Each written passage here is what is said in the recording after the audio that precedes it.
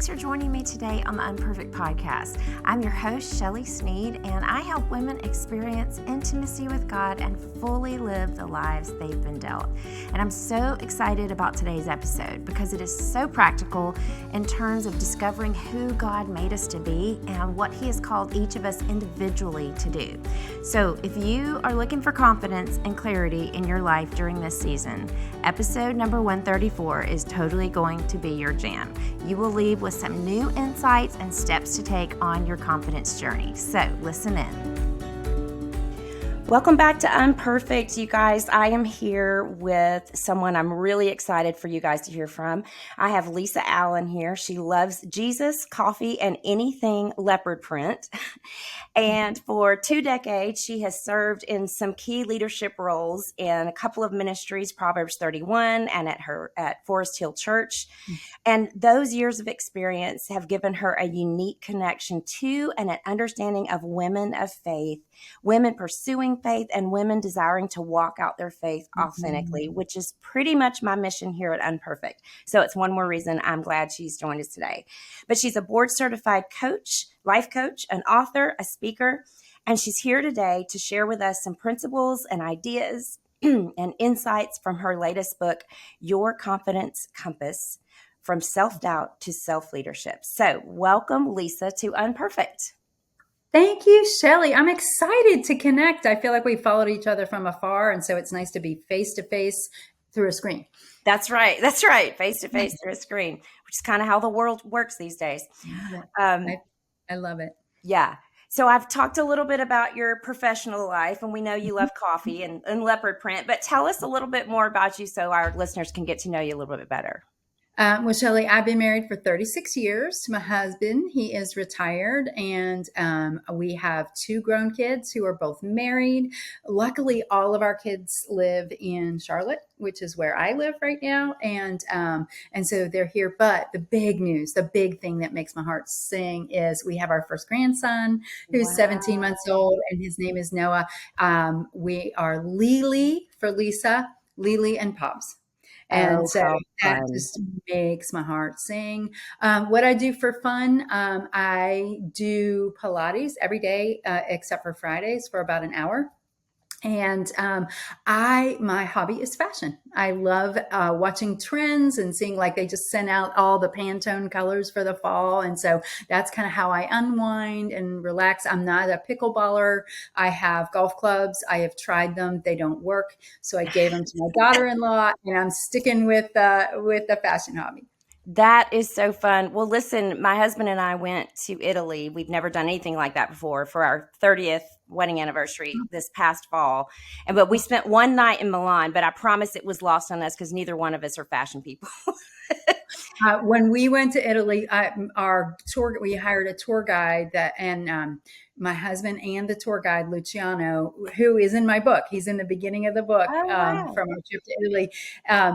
He couldn't believe we were going to take some time in Rome just for shopping. He's like, are you sure? I was like, I'm absolutely sure. That is funny. That is funny. Well, listen, I do want to jump into what we're talking about today. I feel like this is a power book. I joked with you after I read it and said, you might have written yourself out of a coaching job because you give so many great things for the reader to learn about themselves. It makes me happy. It was a goal of the book that you could take it and it would coach you because a lot of people aren't able to secure a coaching relationship. So thank you for that, because that was a goal. Yeah, that's awesome. Well, I know my listeners are going to learn so much today just from hearing you speak about finding their confidence and their passion and their mission. But I do want to start off by asking, what made you choose the word compass in the title of your book? Well, I'm a very action-oriented. I'm not a Bible teacher. Everything in my book is biblically based, okay? Yes. So I'm a very practical coach. And one of the things that it's really important is a compass guides you. And a compass always has a true north. And so our true north as followers of Christ, it begins and ends with God. Okay. Everything that we do, every assessment in the book, every chapter, it's intended to be placed under the light of God and to let Him confirm and direct it. And the word compass, the etymology of the word compass is COM, which is together, and PASS, which is in step or pace with. And so as we come together with God, beginning with Him, ending with Him, we keep in step and pace with what He is doing in our life. So that was really, really important for me. 2 Corinthians 3, 4, and 5 says that we're confident of this because of our great trust in God through Christ. It is not that we think we are qualified to do anything on our own. Our qualification comes from God. And so there's worldly confidence, but Right. that's why it needed to be our true north, being Jesus. Yes, and I love that because you go back to that constantly in the book. There's a great quote that says, "My confidence plumb line cannot be anyone other than Jesus," which I had Amen. written down and thought, yes, not my audience, my listeners, my spouse, my kids. Yes. We can all put something in the blank there that we tend to look Amen. to. So another thing that was interesting to me is that you say in the introduction of the book that everyone battles insecurity, even a seasoned confidence coach, yourself. Yes. And I think the enemy really likes to hitchhike on our insecurities, Mm. just whatever he can do to keep us from being confident to do what Mm. God's called us to do. I think of Ephesians 2:10 that says we're God's handiwork, created in Him to do good works, which God prepared in advance for us to do, Amen. which should Yeah, really excite us. But it probably a lot of times we're missing out on a lot of that stuff I'm sure. that He has for us. So I would love for you to talk about what you mean when you use the word confidence. You kind of alluded to it a second ago. But Yeah, so let me tell you what it's not. We tend to think it's charisma.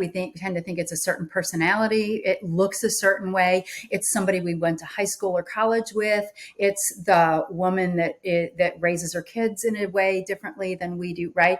And so those kind of things don't really serve us unless it's like what we're doing when Paul says, imitate me as I imitate Christ, because all of our confidence looks very unique to us. But I will say that I think at my age, I work with women that are usually 40 and above. And I find that we get to the point in our life where true confidence is walking forward in the face of uncertainty, and we keep walking. Because if we've faced it before, then we already have a leg up on confidence. But I'm working with women. I am the kind of woman whose hormones mess with us. Our bodies betray us, right? That self-acceptance chapter is how my body just kind of did its own thing after a certain time. I work with some women whose husbands have moved on and they're facing a life as a divorced woman, or maybe they've lost it. I'm working with women who maybe they were downsized and they used to be a boss babe or the top yeah, of their industry, right? And so it's not moving forward recklessly. We still go back to the Lord, we still get good advice, but it's moving forward. And just this week, I worked with a client who said to me, I need confidence. I'm waiting to feel confident to move forward. And they had confirmed that they had direction, they had planned really well. And I said, I think if you're waiting for that confidence, you're going to never move forward. But if you start taking action in the direction that God is leading you, I think that's where your confidence is going to come. yeah, that is so true. And I love how you phrase that too, just walking forward in uncertainty, because I think we do feel most confident when everything is like we think it's going to be. For And sure. I do think when we get to this stage in our life too, a lot of us have been moms for this, couple of decades. We're still moms, but Yeah. hands-on moms, and we've certain roles are coming to an end. I know I was talking with another guest recently about menopause and that kind of stuff, but it was like, this is a whole new season that we've never been in before. And it's almost like we're starting over. It is. And we have to remain learners, right? There's new seasons mean new skills, new mindsets, new acceptance, putting away the old things, and readjusting expectations, right? And that's just not easy, especially I work with a lot of high achieving women. And when you're used to being able to figure everything out, right? And then something hits you in life that you just can't problem solve for. You have to accept and adjust and move forward. That's where true confidence shines. Yeah, I love that. I love that. Mhm. So, can you tell us a little bit about the pathways that God provides for us to gain or collect our confidence as we're moving forward? Yeah, this is one of the things I love is I want your listeners to envision a bucket and a shovel, okay? That God has given us a bucket and he is giving us ways that we can collect. And so the 6 buckets that I like to collect confidence start number one with they're all going to begin with C is the number one is our creator. It's the time with God is going to shape our heart, our soul, and our identity. And so it's the creator, beginning with the creator. And then the second bucket from the creator, then we move on to cultivate the right mindset. Right is Romans 8 says set your minds on minds that are set on flesh are going to reap the flesh, and minds that are set on the spirit. And so the right mindset isn't just oh, holy, holy. The right mindset is, would God say this to me? Is this the way I should be thinking? The right mindset is cultivating a mindset of growth and expectation and anticipation versus want want, it's never going to work out, right? And so Right. mindset plays a really big role. And I like to say that changing your mindset is like getting a gel manicure. So, Shelly, have you had a gel Yes, I manicure? have. Okay. So what we do is we go into the salon and they say, pick your color, right? So we pick what we want our mindset to be through the color. We take off the old mindset, we put on the new. But here's the key.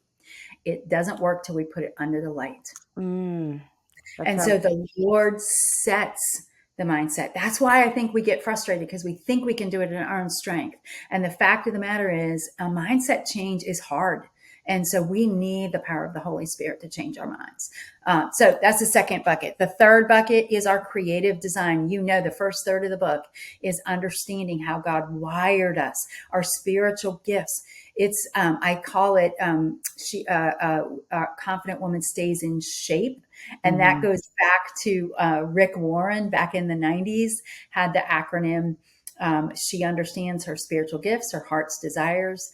She stewards her abilities. She knows her personality, and she stewards her life experiences. That's your creative design. So that's the next bucket. That also keeps us from comparing ourselves Yes. to somebody else because we're owning.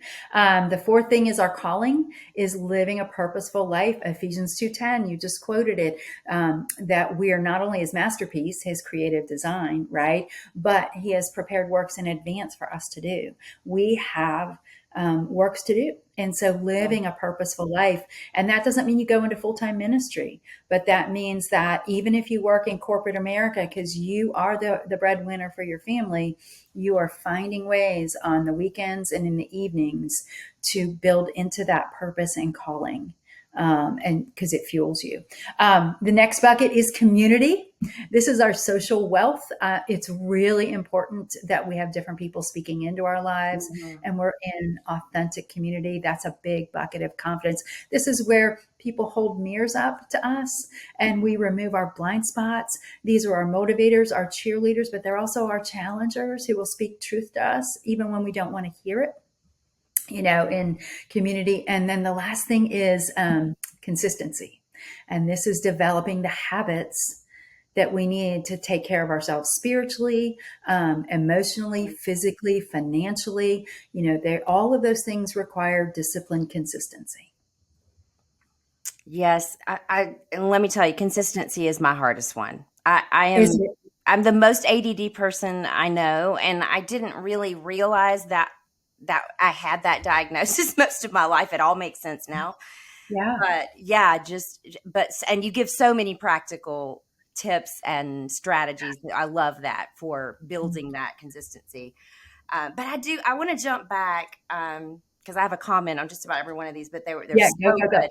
But the creator one, I Mhm. think I find myself so many times on this podcast. It doesn't matter what issue or struggle I'm talking about. I feel like one of my main takeaways for my listeners is always it's got to start with your time alone with God and being in the presence of God. And I feel like that sounds so trite. Like if somebody's really struggling, they want to tell me something I can go do right now, to make this better. But I've just, you talk about experience as a teacher, have learned that is where everything has to start, from Amen. identity to even all the other buckets that you're talking about will go back to that time with Him. So I love that you make that the first one For sure. in there. And the mindset too, it reminds me a little bit because I just interviewed Nikki Hardy and her latest Oh, book, God Can We Chat? And she talks about that, how yeah. we Mhm. we have to honor the story we're telling ourselves, but Yeah. then we Yeah. have to say, God, speak into this because I have written this story, and that may not be the story that's true or real or what you want me. So when you're talking about Mhm. like what would God say to that? What would God say about that? And there's a quote. Oh, it's some sort of an automotive guy. I'm going to forget the name right now, but it is said, whether you believe you can't or you can, you're right.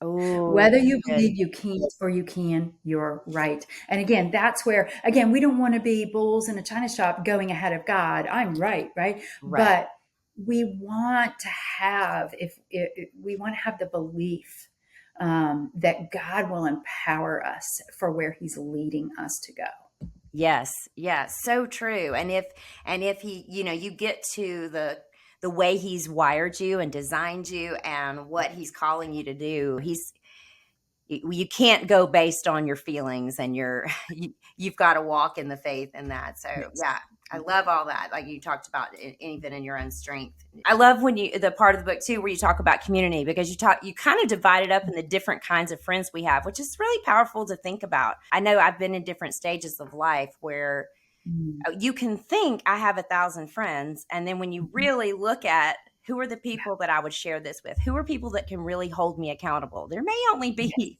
a very small amount. And yeah, Absolutely. Absolutely. And that life gives us a plethora. I think I call it 31 flavors of ice yeah, cream friends, right? Because it also takes the pressure off of one expecting one person or two yes, people to be everything, and so the Lord has given us social wealth. And the other thing is, social wealth also means, just like our financial wealth, where is the best way to invest time and energy, right? And so we're diversified. Our portfolios are diversified right. financially, and they should be diversified socially as well. Yeah, so true. Okay, so I will say this. When I was reading the book, I wanted to get to the calling part, and you made me sit so long in the self awareness part. I get it now that I've read the whole book, but Yep. I would love for you to talk about what self awareness and self leadership have to do with confidence, because that really was such a huge piece.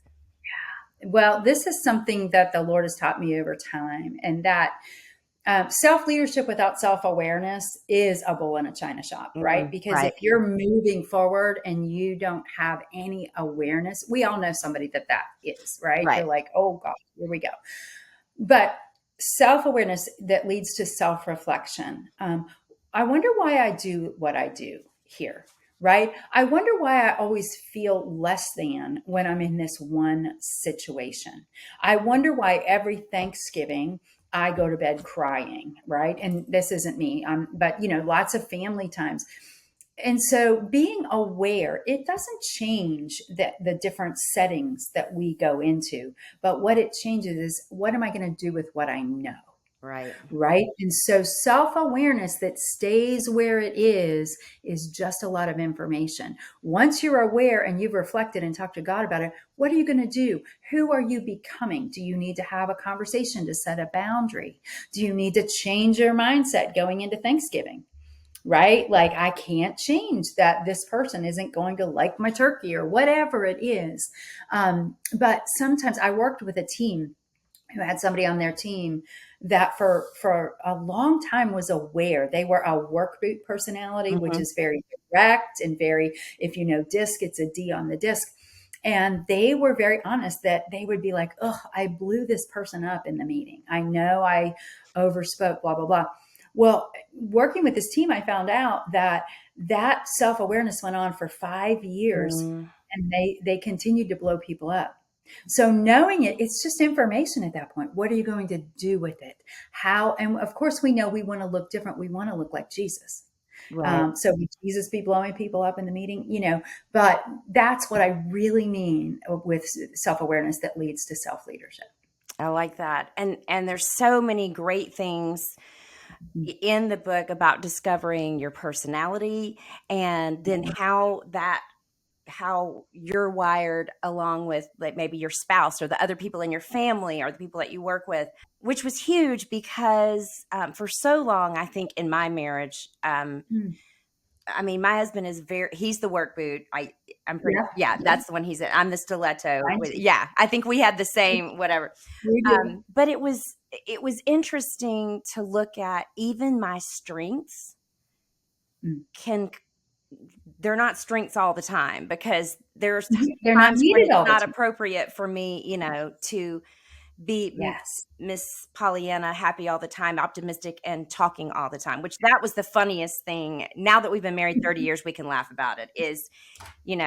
We have this thing, if you can see the video, I'm doing my hands kind of in a circle, like, Yes. get on with it, which is my husband's way of saying, you are spending 2 hours to tell me something that really should only take, give me the bullet points. I think that was one of the things you said. Like, there's some Exactly. strategies, Bottom line. knowing my personality, knowing his, but then on his end, she's Yeah. going to need And she needs to process a little bit while she's giving you the bullet points.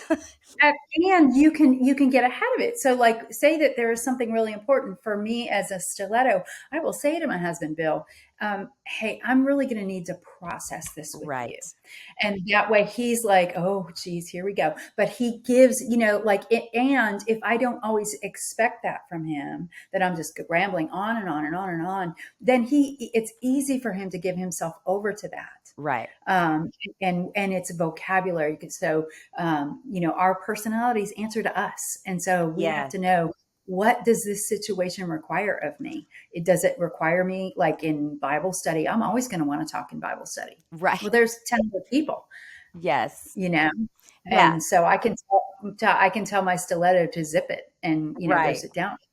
Yeah, that was a big thing when I did BSF, Bible Study Fellowship, because I literally had to mark the questions I wanted to answer and just shut up on the rest of them because, they really want everyone to participate and for someone to not dominate the conversation. So nothing will teach you that about yourself until you realize I'm wanting to answer everyone. But I do love how you said our personalities answer to us. We don't answer to them. And you said we must manage our personalities instead of giving in to every thought, feeling, or knee-jerk response, which again Yes. is kind of how I tend to rush into things. And I love, it was Ecclesiastes 7:18 that you had said, whoever fears God will avoid all extremes. So again, Yes. yes, God wired us this way, but It's not always needed. right. It's just not always needed. And that's that self-awareness where you have to pause and kind of go, is this needed right now? No, it's not. Right. It's not needed. And so that brings that Romans 12:18, being at peace with all men, because we're paying attention, reading the room. Yeah. And it helps us with humility, I think, because otherwise it's so easy to go, I'm right and everybody else is wrong. And the more self-aware you are, and you're trying to uh, utilize your gifts and strengths in the right way, the easier Yeah, it is to see yourself in the correct light, I think, and see other for people sure. And And here's the other thing, Shelly. I don't know if you've noticed this, but um, we tend to believe, okay, God made me this way, right? And even it's a good thing, it's a strength. Remember, an overuse of a strength is just as bad as a weakness. yes, And so to me, when it rises up in me, you go, oh, this is me. And so that's where I think people get confused because it feels so natural. It's not even a weakness at that point. It's right. just not an appropriate use of a strength. And so getting used to go, oh, just because it feels right to me doesn't mean I need to use it. Yes, yes, that is very powerful. So we've talked about community and relationships a little bit through all this, Yeah. and you spend a lot of time in the book talking about how we show up in those relationships. But I was just Mhm. wondering if you'd share the 3 questions that you like to use as we're looking at our relationships, so we can bring our best self to whatever Yeah. situation we're in. Yeah. So the three are, in fact, it's funny. I'm preparing to do this for a disc workshop in Minneapolis next week. Who am I? Right. And so who am I? What does this tell me about me as we take in our values, our spiritual gifts, our personalities, our life experiences? What's this tell me? And then we shift and we do, who are you? Right. And so who are my children? Who's my husband? Who's my boss? Who's my sister-in-law? All that. And we're learning, when we learn about ourselves, you probably, when you went through the book, noted some people in your life. You're like, Hmm. oh, this is so and so. This is why they do what they do. Right. So who am I? Who are you? And then what does this situation require of me? What happens when we come together? Right? How do we complement each other and how do we Hmm. complicate each other? And so again, what does this situation require of me? Sometimes it means speaking. So my husband, as a work boot, I need to speak the bottom line to him. Hmm. If the stakes are high, he doesn't want me to go off on tangents. If it's a serious conversation, he wants me to have my details together. He wants it to be succinct. And then if he asks more questions, right, that speaks his language. So think about that for your committee at church.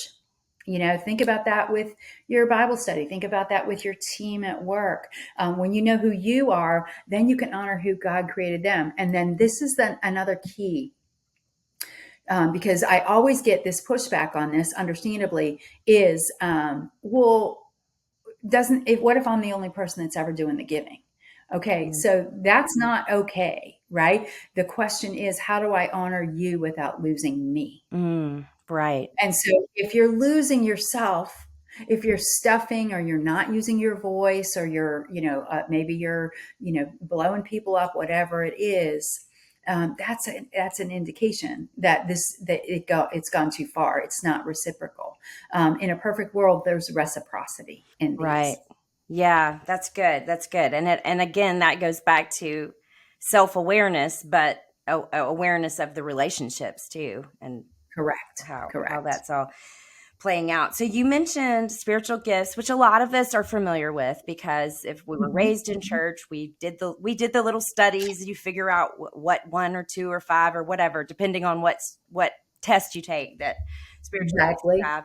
And I love that works together, and we know from Scripture that works together to unify the body of Christ. But you Yes, to pull build out it up. all the other things too, like our personalities and our. One of the things you mentioned is values, and I Mhm. just think this is interesting because I've my husband, in his work and his job has done a lot of personality studies and values assessments and that kind of stuff. And I guess I hadn't really thought about it for myself before. So I'd love for you to Mm, take just a second to talk about yeah. what you mean by values and why is it Mm, important for us to identify what we value in yeah. terms of this Well, because conversation? Yeah. our values drive our behavior. Mm. And so when we can value everything, everything is good, right? But when push comes to shove and you're squeezed, your top values are going to rise to the top and cause you to respond or react, right? And so knowing it in advance can help you, first of all, understand. One of the examples I like to use, there's always somebody in your life that was raised with the value for hard work, right? My husband is a servant. He never sits down. He is constantly moving, right? I kind of value comfort. Right. Like Yeah. I like to relax a little. Now I work hard at work. But I don't want to clean the garage on Right. Saturday. Right. And so we can see how we could clash and misunderstand each other. And again, this goes back to, what does this situation require of me? That this is not an excuse for me never to work hard. Right. And it's not an excuse for him to never sit down and be with Right. a family. Right. And so I think the example I used in the book is Mary and Martha. Hmm. That, in Mary and Martha, that Mary was sitting at the feet of Jesus, and Martha was serving in the kitchen. And what Jesus didn't say to Martha was, don't use, she probably had the spiritual gift of serving, right? Martha, it was culturally appropriate for Sure. Martha to be serving, right?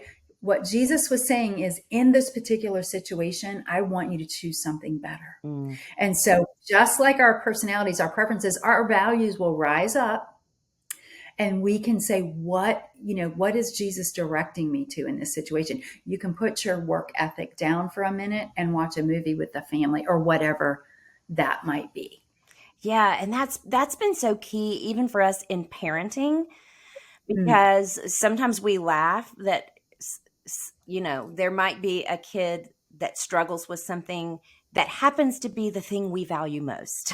And so 100%. yeah, we want to, that it's like that becomes, then that's the number one sin they can commit, and that's what they struggle with the most. So I Yes. love how you're saying it's important, but there are times to lay that down, and Yes. something else Yes. may be more important.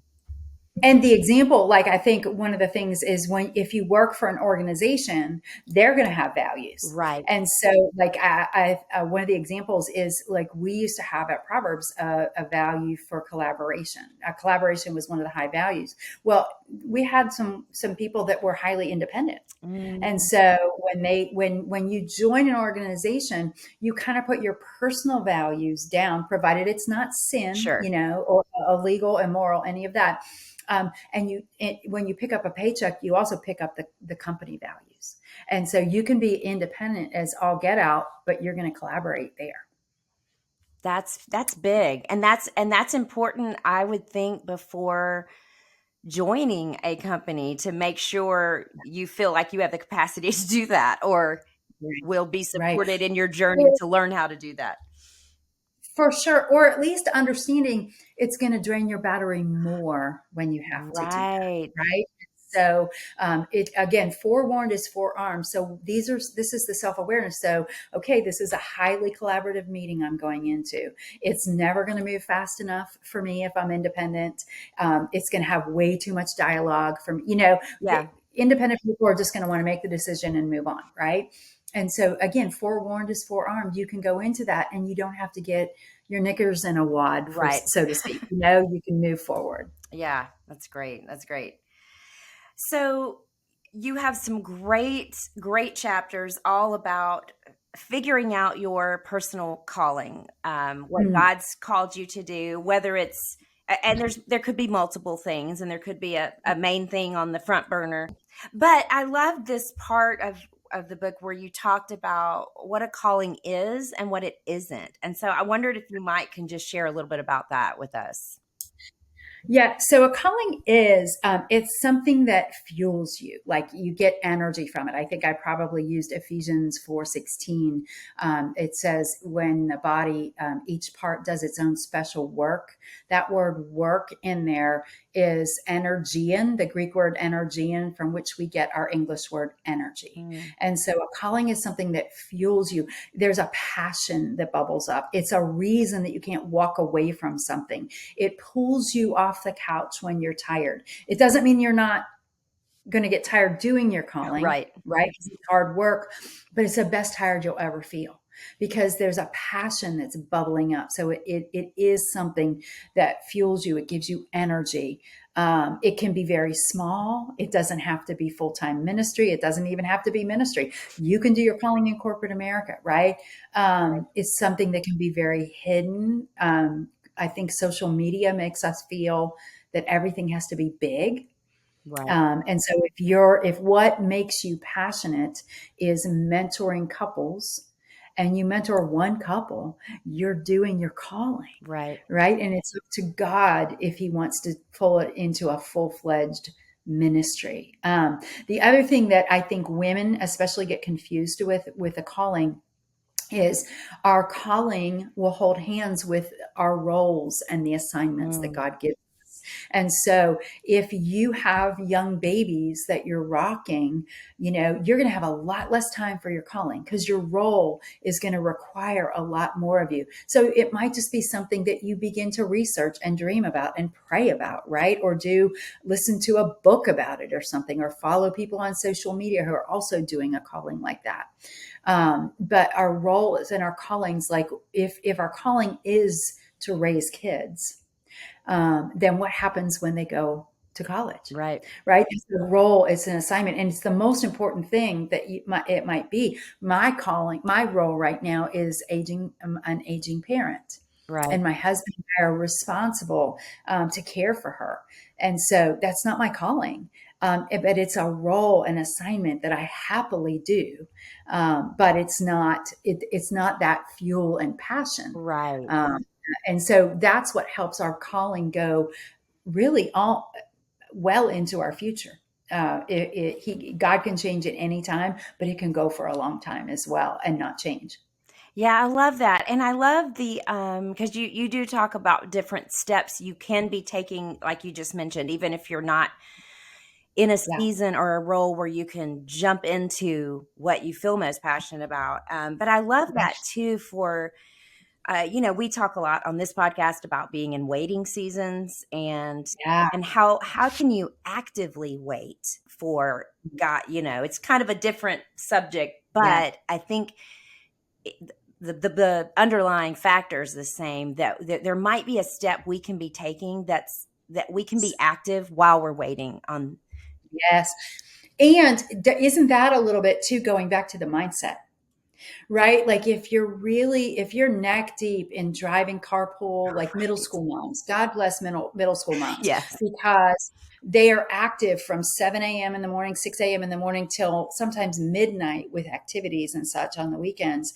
And so they have to understand the perspective of that time stamp season. And we talk in the book about timestamp seasons. Yeah. That if you are driving middle schoolers and you might be exhausted, you might be going, I really want to write a book, or I really want to, go do missions in Liberia or something.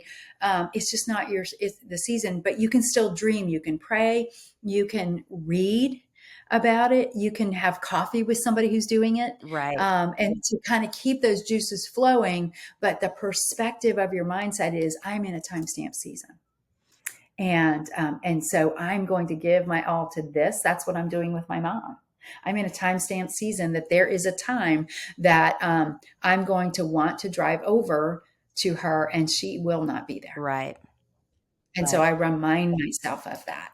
Yeah, and it goes back to what you were saying about how our roles are not our calling, or they can be, but they hold hands with one another. But it's That's I right. think so many times we assume the role we're in is our calling, and then we wonder why we don't feel passionate and energized and fulfilled. And there can be a lot of reasons for that. I'm not boiling it all down Yeah. to maybe you're not doing what you're called to do. But I do think if you're talking about, like you're saying, that it fuels us, it gives us energy and passion, and that devoting some kind of time to that Yeah. is going to refuel more than just doing the role Yes. that you're in, even if God's Well, in that role. absolutely. And again, this doesn't diminish. Like, I work with a lot of women who are the breadwinners for their family. They work in corporate America. They make great salaries and they carry benefits that the Lord has not released them to not do. Right. And so, but it's not their passion. Right. Right. And so they're building times to connect to that passion in other ways while being obedient to the role. that they've been assigned. And again, most of the time, being a mom is a joy and a pleasure and all Sure. that. And you're not ready to run past it to Right. get to do something else. But it also keeps us from finding our identity in our marriages, Yes. finding identity in our children, right? It keeps us kingdom focused that God has work for us to do, and He will show us when it's time. Yeah, I love that. And I love how you pointed it back to identity, because I think that's what I was trying to say anyway, was it keeps us from finding our identity in those roles or relationships or anything else. Well, okay, this part of the book really stuck out to me again, because I told you I'm ADD, and I keep thinking if there were more hours in the day, I could do it all. So I would and I've heard the word time management. I've used it a bazillion times. Yep, So you for say sure. that concept is a myth. So tell us why. Well, time, we'd say that we manage time, and nobody manages time but God, Right. because there's 24 hours a day. I always like to say that Tom Brady, the president of the United States, and Taylor Swift all have 24 hours in a day, and so do we, right? And so it's what we do with them. We don't manage time, we manage us. We manage us. What are we going to do with the time that God has given us? And that's also where energy is important, like doing things that give us energy, knowing that, ooh, I'm about to go into a season. Like, for example, I just had several back-to-back travel trips, right? Well, what I did on the other side of that travel was important, because I knew my battery was going to be drained after that much travel. And so I protected that week, because I needed to regain my energy that when I wasn't traveling, right? And so that's one of the myths too. But we can control what goes onto our calendar to a large degree. And so some personalities, they're out too many nights a week, right? You might need to just say, I can only go out once a week, or I can only travel once a month, or whatever that might Right. be. I can only have so many play dates or sleepovers, whatever that might be. But we are in control of what goes onto our calendars. Yeah, I love that. And I love how also that kind of goes back to everything else you talk about in the book, because the self-awareness, the self-leadership, like it's so Yes. all interconnected. And you talk about guarding our capacity. Yeah. And one of the great things, this kind of goes back to when you talk about calling in the book, but one of the most impactful chapters for me was letting things go when they end. And you Oh, talk a lot about that. And this is a season for me. I'm starting seminary in a week. wow. Oh my goodness, it's a week Congratulations. when we're recording That's this anyway. awesome. And my husband, who is the best at managing himself, I will say, when Mhm. I am not. Uh, I Yeah. I often my soundtrack in my head is what I know he's about to say is, "What are you going to drop?" It's like some Love people do. that. What would Jesus do? I'm like, what would Art Sneed say? He would say, I love "You're this. about to take on this. What are you going to drop?" And that was Love. really hard, because I was while I was reading your book, I was going, everything I'm doing is important. Everything I'm Yeah. doing, I want to, but it kind of had to go back to, what is God called me to do, and what roles am I in? Like it was just so helpful to be able to go back and look at all those things. And then, I mean, there was such a piece about letting Mm. that go that was supernatural. Well, and in that chapter, we also talk about used tos and shoulds and stuff. And we tend to, if we've always been the president of PTA, we're going to do it next year too. Right. Right. Or if we've always sung in the choir, we always kept nursery, we've always led life group, we've always, it doesn't mean that those things are wrong, but we have to at least say, because we rake everything forward. And Right. you're adding, I think I use the example of the rubber band, and our rubber band is representative of our life. It gets more stretched and stretched and stretched. And we don't get over capacity by putting big things in. We get it just adding a little bit more, Right. just a little bit more, right? But that all adds up, and the rubber band will break, and so will we, if we're not actively saying, okay, if I'm now called to be the vice president of this board, then maybe it's time for me not to lead the PTA. Right. Right. That's so true. That's so true. One of the reasons it took me longer to read the book is because there's homework, really. Like with every chapter, it wasn't just like most books, if I'm interviewing the person or it's a book I've picked up and then later decide, oh, I want to interview this person. I read through the book, I highlight my favorite parts, but this one, there was so much in it to go do. To figure out. And I love that. So I just wondered if you might share some of we've mentioned some of them, but share some of the tools or resources, the forms that readers will get access to when they do get the book. Thank you, Shelly. Well, one of my favorite phrases is information without application can't lead to transformation. Yes. And so if you want, you're picking up a book like this because you want to look different. We all want our confidence different. We want our capacity difference. We want to find purposeful meaning in our life, right? We want to stop doing this and start doing that. So information without application. So application is important. And like my sister-in-law, she was great. She said, you know what, Lisa, I'm going to really chew on this book. This is not the kind of book that you're going to sit down reading beginning to end. There are times that I would love it to be just a resource, that it goes back on a shelf. And then you're like, wait, what was that time management thing? Because now my calendar is a mess again. Right. I'm going to go back to that. So in the back of the book is a QR code when you buy it. And I love assessments. I am an assessment queen. My whole family knows. They're like, oh geez, here comes mom with another assessment. But you'll get your shoe assessment, which is your personality. The 4 shoes are work boot, the stiletto, the Mary Jane, and the flip flop. So you'll figure out what combination of shoe you are. There is a spiritual gift assessment in the back of the book. If you've never, it's using the 7 motivational gifts. Based on the 7 motivational gifts.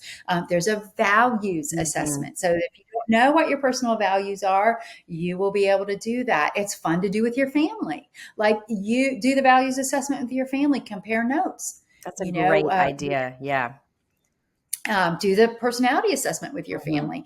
It's a great thing to do on your family beach trip. And there's a capacity assessment, and that's kind of reading our gauges a little bit to see what some of the reactions. I know the story that I told in the book for the capacity assessment was the time that I thought I was doing really well in being sheltered in place, and I had gone out to do a couple errands. I was like really impressed with myself, Shelly, and my team at Proverbs was doing great. My parents, my dad was alive then. They were doing great. My husband and I were doing great. And so I went out to do errands, and the car next to me at a red light showed that I had done something wrong. They were not happy with me. I still to this day don't know what it was, but they gave me a hand gesture that let me know they were upset. And so I, when the light turned green, I chased him. I chased him. Executive director of a national ministry. And I'm off, and I got 3/4 of a mile down the road before the Holy Spirit is like, Lisa, what are you going to do when you catch him? Right. Like, what are you doing? Okay. So then I confessed when I got home, but the next morning in my quiet time, the Lord is like, let's talk about that. That's reading your gauges. That showed me something. I'm not as great as I think I am. Right. And I had to really unpack what was happening in my life. And so that helps. The capacity assessment will help you understand some of your actions and reactions. Yeah, that's good. It's so helpful. And I loved each one of those tools. And yeah, some of them I thought about doing with my family, that the values and stuff. That didn't even dawn on me. So I'm glad you said that, Lisa. Good. Well, I want to ask you one more question before we go. You talk about the different aspects of the cycle, like self-awareness to self-leadership to self-control to self-acceptance. And you kind of alluded to this a minute ago when you said it's a resource, you might need to pull it back out. Because you talk about it being a cycle, not just a checklist. And now I would love a checklist. I would love to just check everything off and I'm done and one and done and I'm on to the next endeavor. Yeah. So why is this more of a process or a cycle? Such a good question. First of all, Paul wanted this as well, the thorn in the flesh. He wanted a checklist of once Yeah. and done, right? And so some things God does deliver us from once and done. Like our calendar's a mess, and then we learn a lesson, and then we have boundaries Right. forever. Amen. Maybe that's you. So I don't want to limit what's possible for God, but I do want to put a human lens on it, that as our lives change, as our seasons change, as women, as our hormones change, all Yeah. kinds of things happen, and it's not a once and done thing. So sometimes we're like, I remember I had a friend tell me this. About this was years before I wrote this book, but I was like, I don't know why I'm really wrestling with insecurity in this area. And she's my BFF that I meet with every other week, and she knows me so well. And she goes, you had one of those teenage years that was fun. And she goes, you don't have as much experience with insecurity. And as you are aging, you're building muscles that maybe some of us built in when we were 13, 14 years old, and you're just doing it now. And that was so insightful to me, that there's seasons, again, that goes back into confidence, being moving forward in the face of uncertainty. It's self-acceptance. There's some things in your life you're not going to be able to control or change. You have to accept them and continue moving on. They don't define you. The Lord Jesus Christ defines you. He says who you are. But this helps you go back and reassess. Okay, what does this season bring me, and what's my response to it? Yeah, I love that. And and by the way, I am not that person that learns the first time. And like I am that person that like, really, we're back here again. Whether it's sin in my life that I can control, or patterns, but those patterns of behaviors that we get stuck in, and you can go, wow, I thought we were done with this.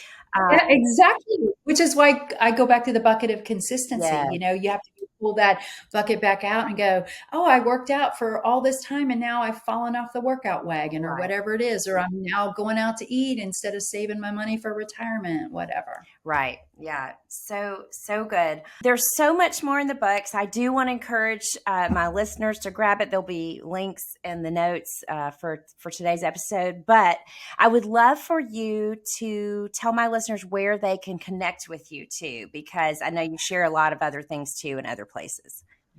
Thank you. So the easiest way to connect to me is my website, ljallencoaching.com, ljallencoaching.com. My name is Lisa Jean Allen. So that's why the J is in there. My social media handles are there. I blog about once a month. There's I think there may be a free chapter or something for the book and stuff on the website. And so where you can get the book is there. But that's probably the easiest way, ljallencoaching.com. Okay, awesome. Well, I will have that in the notes. And thank you so much for being here today, for sharing so much of what you've probably spent years learning, and we all get to learn it in a book. Well, thank you for this opportunity, and just God bless you and all you're doing. You're a new friend to me through Jody, and I just enjoyed your UnPerfect. What a great title for the podcast, right? And permission. That's permission, right? None of us are perfect.